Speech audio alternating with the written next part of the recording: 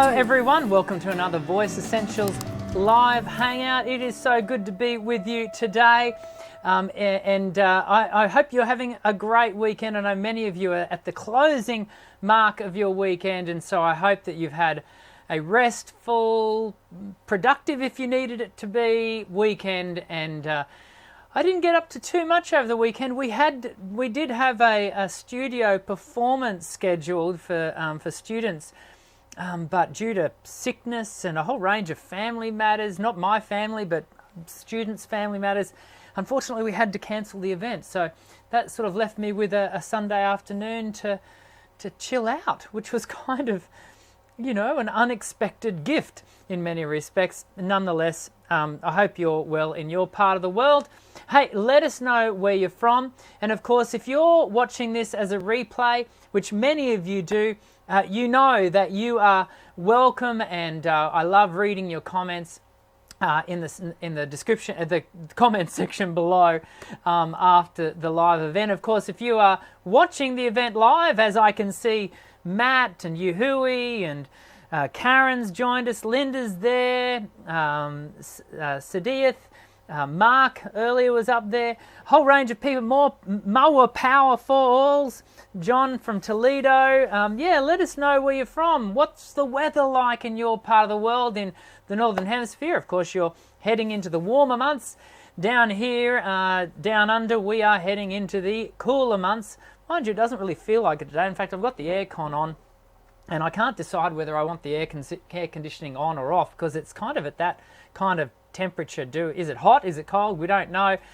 And I saw in the news the other night that Australia is in for a warmer than usual kind of winter. That seems to be the running process at the moment, doesn't it? Nonetheless, I hope you are comfortable where you are, and hope you're comfortable for the next 30 minutes or so, because we are going to dive into what I hope will be an interesting discussion about authenticity. What is it to be authentic? And I think this is a subject that kind of, you know, here at the channel, here at Voice Essentials, we talk about singing. Yeah, Voice Essentials is the channel where everybody sings. But authenticity is something that I think needs to flow through our everyday life, not just our singing. We're going to talk about that and see how authenticity in our everyday lives might find itself into our performance. And it actually, as we'll discuss, has to be that way around. Otherwise, you are putting the cart before the horse. Hey, I hope you enjoyed the discussion, the last few events that we've had with having guests come on to the show. Last week we had Mark Baxter, and hey, if you missed that, make sure you check it out. A couple of weeks before that we had, the week before that we had Dr. Matthew Edwards on the show. If you missed that, make sure you check it out. Seriously, some of these guests that we are having on, in fact all of them so far, have just been so good. I did have, and I just wanted to let you know, because I think I mentioned it last week, and just before we get into today's show, just want to let you know, I did have Dr. Gillian Kays and Jeremy Fisher lined up for next week. Certainly Gillian wrote Singing and the Actor is probably her most famous piece of text.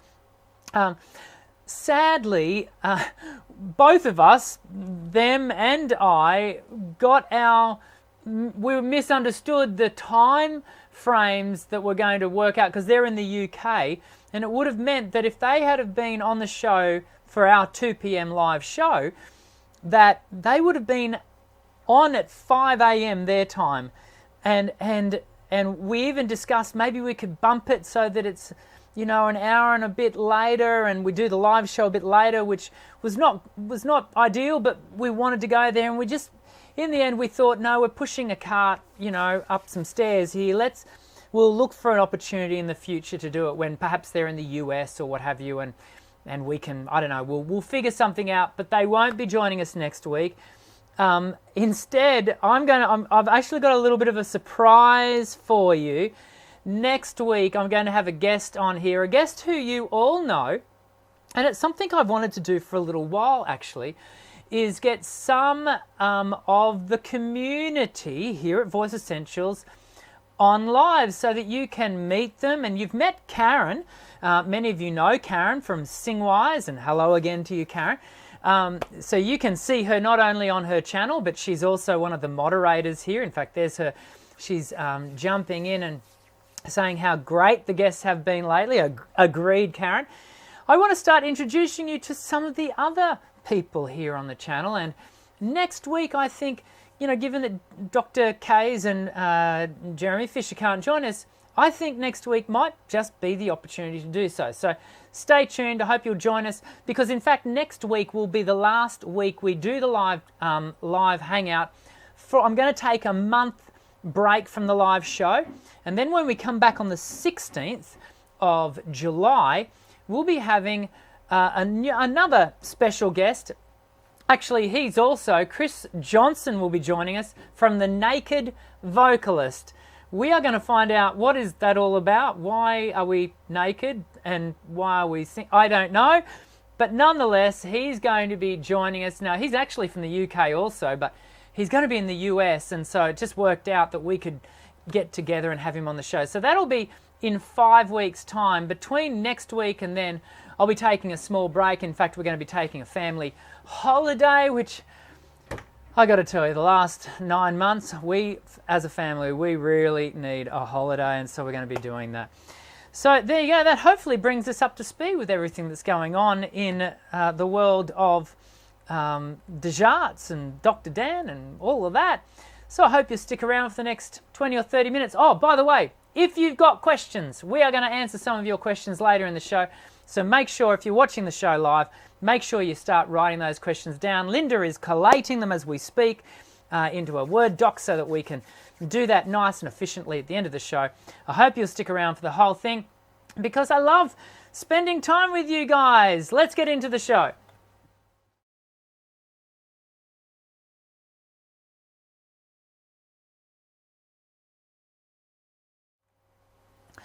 Okay, being authentic. What is this? And it's kind of a buzzword, isn't it? Authenticity, and it almost, it's a word that almost has, I don't know, some. You can feel guilty whenever you hear this word. Am I being authentic? I don't know if I'm being authentic. I feel like I'm being me. I'm being the real me, but am I? I don't know. And when we step onto a stage, we've been taught, haven't we? Certainly here on the channel, we've discussed this before. We want to be authentic in our performance, but how do we do that? Well, really, in many respects, and I'm going to be jumping between some screens as we go. In many respects, we first of all need to be authentic with ourselves. You need to be authentic with yourself. You can't be authentic with others if you're actually not being true to your own belief structures, your own worldview. Because if you stand on the stage and you present yourself as, something other than being authentic to yourself, then you're not going to get very far. Now, the weird and wonderful thing about life is not everyone is going to agree with you. Not everyone is going to like you. And that can be hard, especially for those of us, not me, I'm an introvert, but for those who are extroverts who really garner their sense of worth from others, that can be a little bit more challenging. But nonetheless, our true sense of authenticity, first of all, has to be grounded in ourselves. And understanding that you can't go looking to just sort of become that chameleon, going with every fad and phase in life. We're all evolving, and we all need to, and this is where really number 2 comes in. Let me bring this up.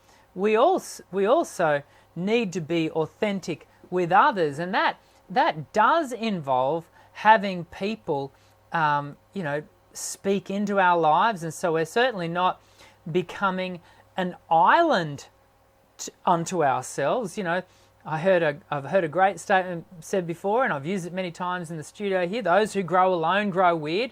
We're not looking to separate ourselves from others, and we do need to allow others feedback to come into our lives and to give us, you know, to reflect off and to hear other people. But that doesn't mean that you constantly have to be looking to please other people. In fact, you know, if some of the great revolutionaries throughout the millennia had, you know, constantly wanted to please other people, we would not have the Martin Luther Kings, we would not have the Mahatma Gandhis, we would not have the Jesus Christs, we would not have a whole range of revolutionaries and visionaries had they constantly not been authentic with themselves and, you know, and allowed other people to speak into them. So I hope this is making sense, because it is heading somewhere, I hope. Of course, you do, in the process of that, need to be realistic with yourself and others. And part of that realism comes from the fact that you are not perfect. Let's say that another way. I am not perfect. You only have to ask my wife, my children, to know that I'm not perfect, and that I have many imperfections that on one level I constantly work on and look to mature in. You know, whether it be, you know, how short my you know, what do you call that, wick might be on a bomb, I don't know. It's a matter of being able to be, let me bring up that, is being realistic that, you know, just because you're imperfect doesn't mean you're being inauthentic. Inauthentic? Put in the comments, is it inauthentic or unauthentic? I'm always terrible with this sort of grammar kind of thing. And so being realistic with yourself and with others is not about perfection. It's about, hey, I'm a human being as well. And when we start to garner authenticity in our private lives, as well as our public lives, when we start to see a cohesion between those two, and here's the reality. Certainly, I was listening to a friend, in fact, was it Mark Baxter who said this in the show last week, where he talked about the reality is there is a difference in our persona, especially for those of us who are introverts. When we step onto stage, we do step into a performance persona. And that's quite normal. In fact, for many people, that's very healthy to be able to do that. But when the persona is a dishonest persona, that's when it's going to lack the authenticity. And so we do want there to be a sense of who we see on stage and what someone evokes on stage, says on stage. You know, you wouldn't want to think that someone who is on stage as a singer, singing about, let's say, environmental issues, or let's just say environmental issues. So they're really performing with this sense of, you know, belief and, you know, encouraging and motivating people to live green and, you know, singing about the, you know, matters of the climate, only to learn that they then step off stage and their tour gives no thought to, you know, carbon emissions. You know, they themselves, you know, use plastic to the nth degree. If you do, I'm not making a statement about what I believe here. I'm just making up this thing as we go. The point being is you want there to know that there's a connection between what a person's presenting on stage, their belief structure, their worldview, to what they're then living themselves. I can't think of a particular example of, well, yes, I can actually, very sadly. I think when very recently we've seen ones like Bill Cosby where it became apparent that America's dad was behaving in a manner that very few, if any, people would see as being how they want America's dad to behave, and doing things off camera that were completely misaligned, not to mention criminal, although I believe that's allegedly. The things that are criminal on off camera didn't align with his persona on camera, and probably that's a good example. It's a very extreme example, but nonetheless, I think you get the point, right? It's a matter of creating that cohesion. Of course, as I said before, none of us are perfect, and we all do need to learn from our mistakes. So this is not about suggesting authenticity is about perfection either. Yeah, it's always a bit of a funny thing to me. You know, some people, you know, who may have known me as their teacher here in the studio, or they meet me at a conference and they've got to know me through my videos. And I think sometimes people expect me to be one way and not another, and so it's this is not lining up with the point that I made, learning from our mistakes. Where am I going with this? People are expecting me to be one thing to them in person, when in fact I'm actually quite introverted, and at a gathering I'll be off in the corner. I'm not looking to be the center of attention. And that has nothing to do with learning from your mistakes. I don't know how I got onto that. Oh, dearie me. I hope my muddled mind today is at the very least entertaining, if not informative. And so learning from your mistakes, which is what I need to get back onto this, don't I? I need to get back onto learning from my mistakes. Let me jump back over to here. So we're not talking about being perfect. We're not talking about, you being... Oh, that's what I was going to say with that illustration. We're not talking about you having to be what others expect you to be, but there does need to be some alignment, you know, and part of being authentic is being open to having others feed back to you. This sort of almost goes back to point 2, is allowing others to speak into your life, trusted individuals that give you feedback to say, hey, you know what you did there, or said over here, I know you to be quite different from that, and what you said actually doesn't line up with who I know you to be, or who I know I want you to be. And so we do need to be open. I think part of authenticity is recognizing our imperfections and being open to people giving, you know, appropriate feedback. And then number 5, then what we've got to do is build consistency. You've got to be consistent. You've got to be consistent. Doing this for a week, a day, a month. Do you know what? In today's, media-driven, social media saturated world, you've got to be consistent. People pick inconsistency from a mile off. So what does all of this say about our performance? Well, we mentioned it before, didn't we? You know, about being an authentic performer is about making sure that your character lines up with your persona, that stage persona. You know, your character can remain consistent, so that that authenticity, you know, audiences, or the collective noun is audient.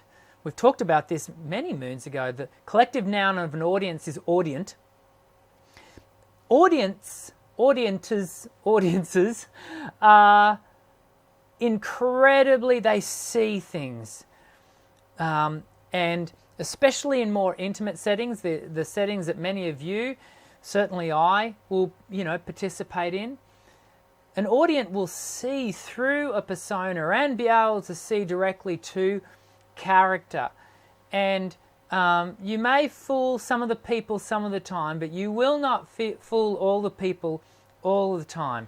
And so certainly with my young performers, I'm constantly encouraging them to not only mature in their craft, but to mature as human beings, because as singers, the person that we are off stage is going to find itself as the person who we are on stage.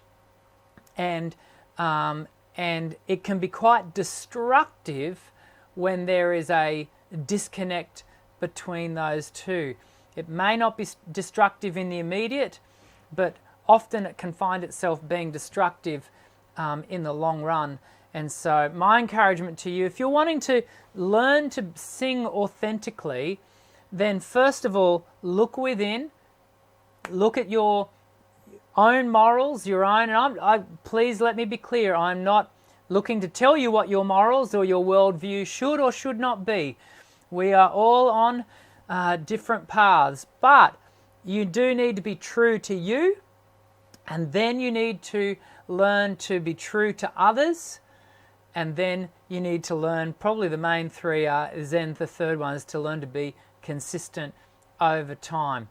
I hope that's been helpful to you as we've, as a little bit of a discussion point today, as I was thinking about what can we talk about today, and I thought, you know what, it's something that we probably don't talk enough about is what it is to be authentic performers.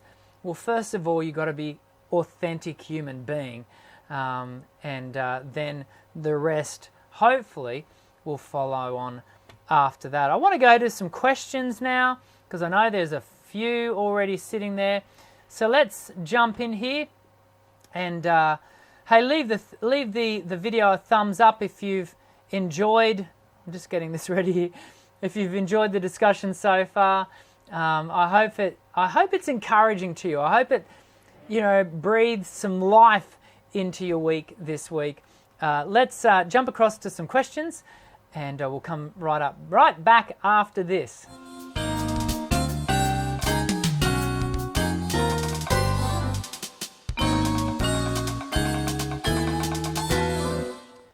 Okay, so we've got a question here from Telegram, Sam. It is so good to have you back, Sam, because I know it's been you've had a rough trot, and it's good to have you back within the community. How do I recognize my true voice? This is Sam's question, everyone, from earlier on in the live chat. How do I recognize my true voice, true tone, and timbre? I began my singing journey attempting to imitate Elvis, which meant I had an overly dark sound to my voice. Yeah, Sam, and I do have some videos on the channel, which I think almost certainly you've probably watched. Just to recall for you, it's kind of in the same discussion of authentic voice, and it's kind of not, isn't it? Because you can be an authentic singer and be imitating someone completely different. So you don't have to be, only expressing your own sound to be authentic. But nonetheless, let's talk about expressing your own sound, giving voice to your own tone. It really comes down to, Sam, being able to spend more time, exercising, firstly, exploring the full range of your anatomical instrument. So not causing it to have any particular tone. I think there's actually benefit in learning to sing plain. Now, what do I mean by that? I mean, sometimes we do kind of colour everything up. We try to put thrills and spills on the voice, and sometimes there's actually real benefit in actually being stripping all of that away and just singing a scale, yeah, and straight up, and then coming back down. That was terrible. I'm sitting down, no support. So what what I'm getting at is spend some time, Sam, being plain in your voice, and then allow that plainness. Okay, I'm having trouble with my words today. That no frills sound. Allow then for your natural bent, for the want of a better term, to emerge. You know, I often say to singers in lesson, hey, let's do that again, but this time don't be heavy with it, or you know, transition earlier, or you know, it's just making certain choices to strip away, you know, that, in your case, Sam, that Elvis heavy sound, you know, and just remove that low larynx, which is really, you know, I can't do it as a tenor, but you know, and just allow your voice to be. Now that is, you know, one of the benefits of having private lessons with a singing teacher is they're going to be constantly able to give you that feedback. Hey, no, you went heavy again. Why did you go heavy again? You know, and they're able to pull you up on it. And that's the benefit of having those external ears, because there's so much to think about, isn't there, when learning to sing? And so there's a real benefit in having that external person. So hopefully, Sam, that helps. Jump across to the videos if you haven't watched, you know, my videos about finding your true voice. Then maybe you can go over and have a look at that. Matt's asked, how do you feel about emotional singing? What I call method acting for the singer. Oh, is it Stanislavski? For drama, I sing quite a bit with emotion, but usually it's real. Singing with emotion's great. we want to have a sense of emotional connection. Where I probably... Stanislavski as actors, if I'm remembering correctly, those of you can correct me in the chat section if I'm remembering that method acting is not Stanislavski, but I'm pretty sure it is. Those actors do run the risk, and some of them have actually fallen into some psychological issues because they start to lose. They've been shown to start to lose the sense of connection between what is reality and what is the real and what is the unreal. You know, as singers, as singing actors, people who are wanting to emote, people who are wanting to deliver the narrative, one of the challenges that we have is we're managing the real world and the unreal world. And this is called drama people refer to this as the state of metaxis. And this state, so if we're thinking music theatre, for example, or no, just a normal concert, the unreal world includes things like I've got to remember lyrics. I've got to remember the form of the song. You know, when we go to chorus, when we go to bridge, when we go to instrumental. I've got to remember to walk 7 paces that way because in, 4 beats time, I'm going to have a pyrotechnic go off right up. I'm standing on top of it almost right now, and if I don't move, I could get burnt. Or there's a whole range of things that are happening in the real world. I can't hear myself. I've got to tweak my lapel pack for my in-ears, or so many different things that you've got to remain on top of. In the unreal world, we might be, emoting an emotion. We are delivering this sense of, I used to sing a song, Butterfly Kisses by Bob Carlyle. Gorgeous song, a song that I feel such a strong connection to, even more so now that I've got daughters. It's about the journey of having a newborn daughter and then finally walking them down the aisle and the emotion of doing so.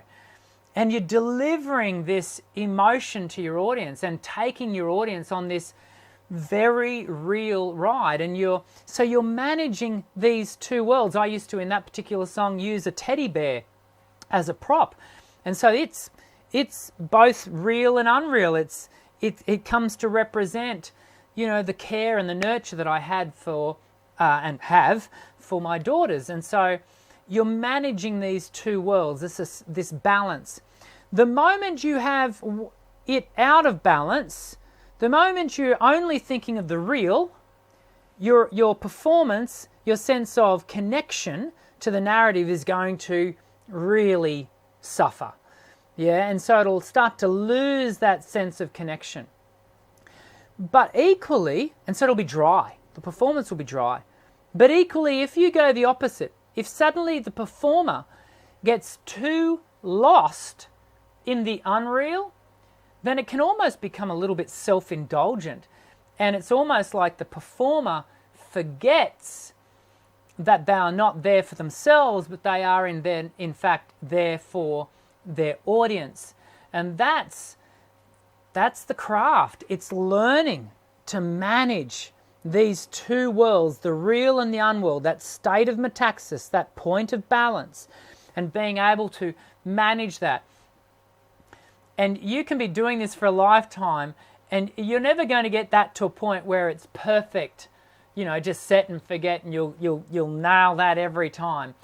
There are going to be better nights than others where you get that balance just right. They're the nights that keep you coming back, because when you get that balance just right, when you are able to sing with that emotion, but you also don't get your hair burnt off by pyrotechnics, they're good nights.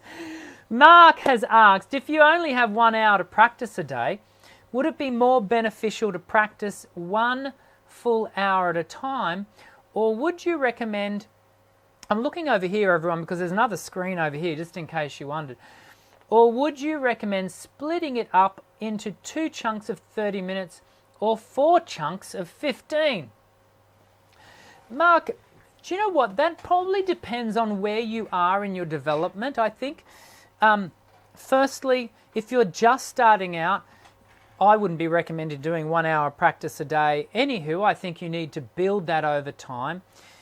Just like exercise, if I'm just starting to, just say I want to, run a marathon, 42 kilometers, I'm not going to start out by, okay, I'm going to, in 12 weeks' time, I want to run a marathon, so I better go and run a marathon. You don't do that, yeah? You've got to actually build yourself into it. So I might, in my case, start running a couple of kilometers and collapse after that. So you've got to build that over time. So do you do it in 1 sitting? Do you do it in 2 sittings or 4 sittings? The chunks of 15, I've heard that approach used a lot when it comes to piano and other external instruments. Then I think you can certainly get a lot of value of doing that kind of practice that way. With voice, I think you're best to aim for a single sitting, but again, that doesn't always work for everyone, and I think you've got to kind of find out. It's better that you're doing, the practice that you can be doing in the manner that you can be doing than no practice at all. So I would start at the point of saying I prefer you to do it in 1 sitting, every second day to start with, and you can build that over time. There are other people who feel differently about that, but I like to see people build their stamina from a vocal health point of view. And so you get to a point where, my professional singers, I want them always having at least 1 day of vocal rest a week. Yeah, at least 1 day, preferably 2, but generally it's 1 for those singers who are working, especially if they're touring. I try to get them to schedule in 1 day of regular rest. But if you're beginning, every second day you start with 20 minutes, you add 5 minutes every week until you're able to practice every second day for about an hour-ish. And some people can do a little bit more, some people can only do a little bit less. It depends on their voice. But if you feel you need to split that into 2 sets of 30 minutes,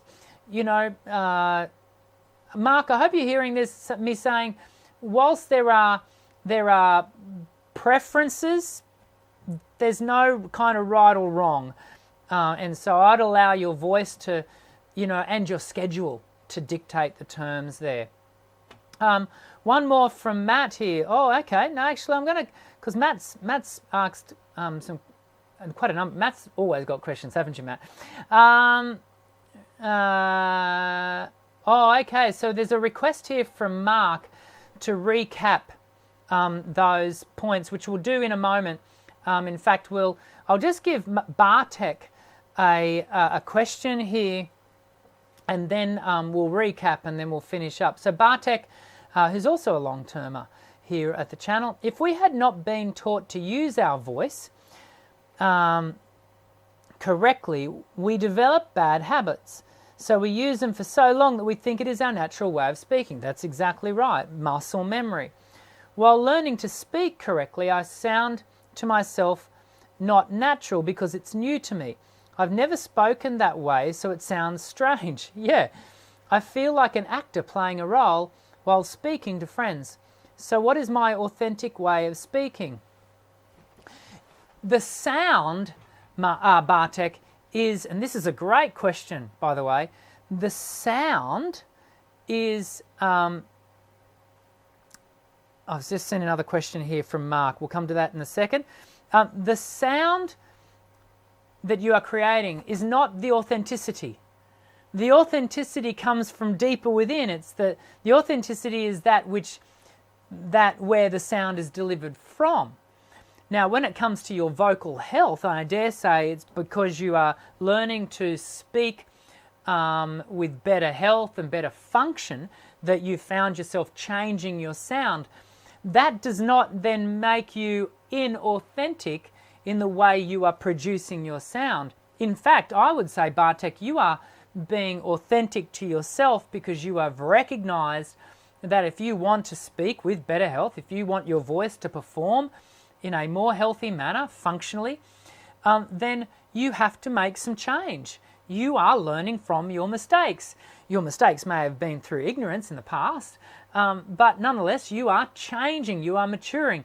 And so I'd encourage you to say, I don't think you're being inauthentic at all. I think you're being very authentic, and if others feel that comes across as inauthentic, then I would encourage you to communicate your story, bring them along for the ride. There will be very few people, sadly, there would be some, but they'd be in the minority who would think, no, that's ridiculous. The majority of people are going to go, hey, good for you, making a change in your life for the better. Awesome. And so don't see your need to change the way you are using your voice as being inauthentic. If anything, it's true authenticity, Bartek. One question here from Mark. I know you are in Australia, but are you open to the possibility of changing the live stream time? Do you know what, Mark? This really comes down to, this was the best time, because it's 11 p.m. on a Sunday evening in the States and it's not ideal for you. I understand, Mark, and I think Karen's sort of jumped in there to explain the time zones. Like Karen's show is she goes live, I think sometimes I see her going live at 7 a.m. or what is 6 a.m. for me. And you know what? I would love to watch your show, Karen. And every now and then I'll go back and watch the replay. But I because of the time zone, I can't get to watch Karen. So if the time zone, Mark, is really inconvenient for you, I get it.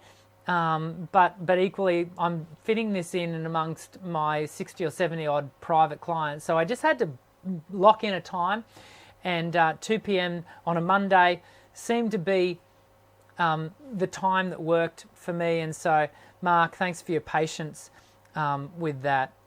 Let's just, we're going to finish up. I want to just quickly respond to Mark's request. So, Mark, thanks for being so involved today.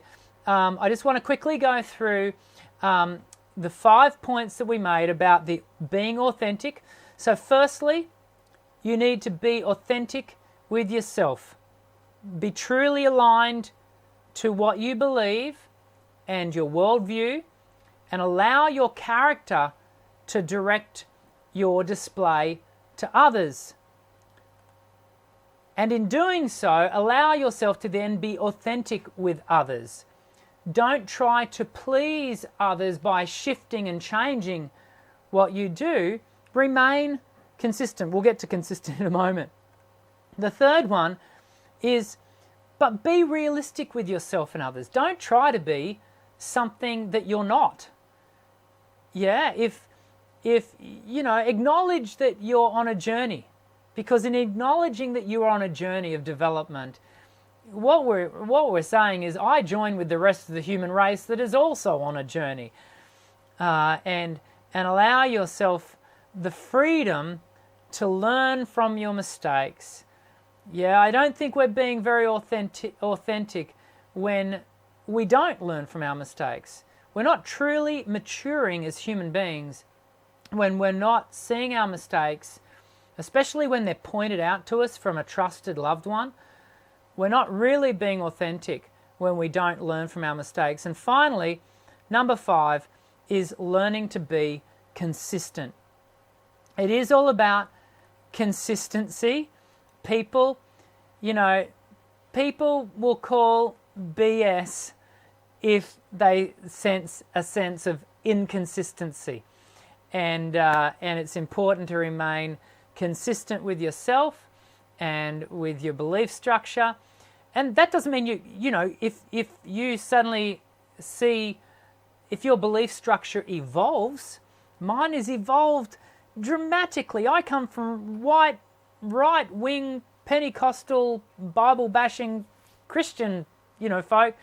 My Christian faith has radically evolved to the point where I would be described by the people I've come from as being liberal in my faith, to the point of some of them would suggest I'm not Christian. The point I'm being but I'm true to that now. Yeah, it's me being authentic to where I am, because I think I've learnt from some of my own bigoted mistakes, and that's all about being authentic. Hey, I hope this has been a helpful. It's been a very philosophical hangout today. And I hope that has been beneficial to you. Why don't you leave the video a thumbs up? That lets the YouTube gods know that the video is worth watching, and it also encourages me to know that our time together is beneficial to you. If this is the first time you've ever hung out with us, welcome. Please subscribe to the channel. We are an ever-growing community of singers from across the globe who, just like you, want to raise their voice in song. We've just tipped over, here's a point, we've just tipped over 37,000 subscribers. Crazy! So we're growing all the time, and we would love to count you among our numbers. And of course, hit the white bell icon when you subscribe, because that way you'll always be notified of when we hang out. And we'd hang out live every Monday at 2 p.m. Australian Eastern Standard Time. Sorry, Mark. And of course, if you can't catch us live, then be sure to watch the replay.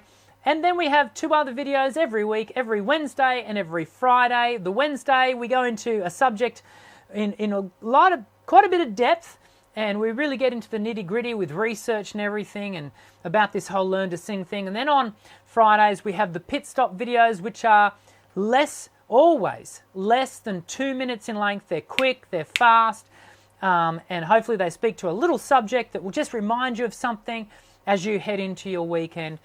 It's all about encouraging you to lift your voice in song, and as always, be authentic as you do so. I very much look forward to seeing you again soon. When next week we come back with a surprise guest, I hope that you'll all tune in for that. My name's Dr. Dan. Sing well.